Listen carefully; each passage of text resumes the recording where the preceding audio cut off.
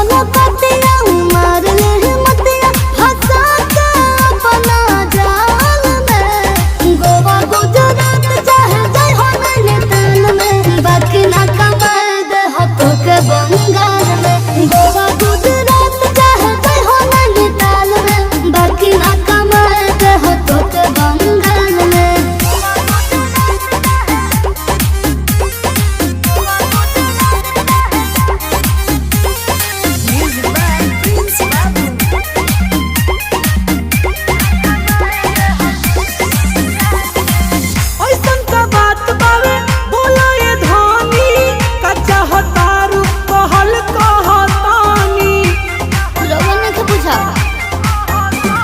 तोहरा पर राजा जी